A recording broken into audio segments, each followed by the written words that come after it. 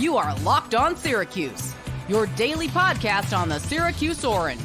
Part of the Locked On Podcast Network, your team every day. Now, the headline of the article for Syracuse is this, quote, profit-loss ratio from spring portal puts Orange in a good spot, end quote. The article then goes on for a couple of paragraphs saying that Syracuse did a nice job allocating its resources following the departure of Trebor Pena, which at this point, I guess it's sunken in basically for everyone that Trebor Pena, while it was shocking at the time, it is what it is. He's with Penn State now. In fact, there's actually a quote at the end of the Syracuse section of the article, which is that Syracuse might have lost some of the high-end individual skill of Pena, but they also got deeper and better at some key positions in the spring window. And I'll just toss it to you right now. What are your thoughts? Okay. Do you think that Syracuse did a nice job allocating its resources following the loss of Trebor Pena? I want to hear from you in the comments section below. Here's my number one takeaway from this. This is not an overreaction.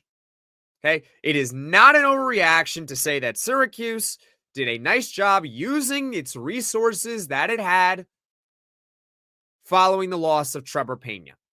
First of all, if you're looking for a more one-for-one replacement, it's 2023 five-star former Texas and Washington wide receiver Johntay Cook, who has a big pedigree from high school, former five-star guy, hasn't exactly lived up to expectations so far, and Syracuse is really going to be his last chance in college football.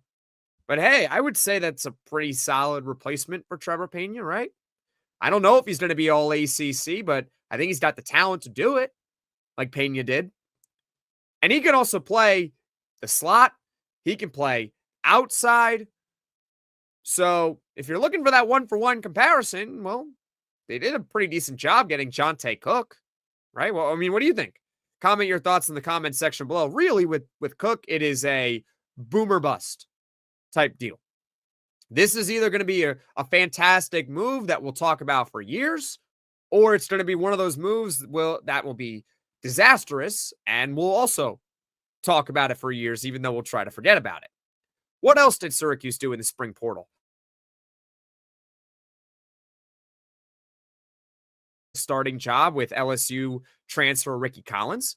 And then they also signed 4 offensive linemen in the spring portal following the loss of Trebor Pena. You get Austin Collins from Louisville, you get Cam Pringle from South Carolina, you get Zach Rice from North Carolina, and you get TJ Ferguson from Florida State. And oh, by the way, if that's not good enough for you, well, I should mention that Syracuse still has a couple of scholarships remaining, at least according to 24/7 Sports Syracuse insider Mike McAllister in his scholarship tracker that he does.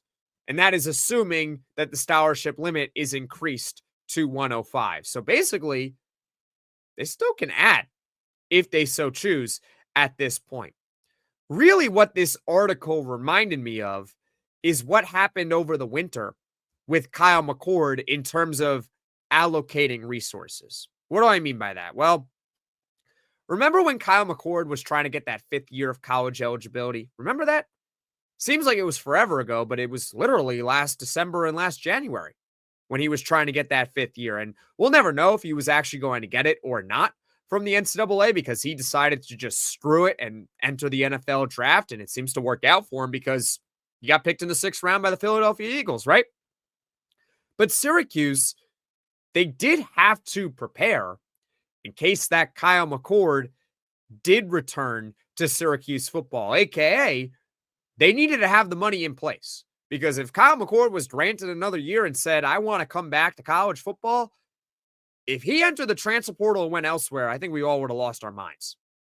So clearly Syracuse football had to be ready with the right amount of money that would have been able to keep a guy like Kyle McCord had he been eligible to return to college football. Obviously, he does not return. So what does that mean? Well, all that money that you had for Kyle McCord is now available to be used elsewhere, right? And so we talked about that actually on a podcast Now, relating it back to Trebor Pena, Syracuse obviously had money set aside for Trebor Pena because he was supposed to be on the team. Well, then he enters the transfer portal. You can use that money in other ways. So overall, I do agree with Chip Patterson, and I don't believe it's an overreaction to say that, hey, Syracuse football did a nice job allocating the resources that it had following the loss of Trebor Pena.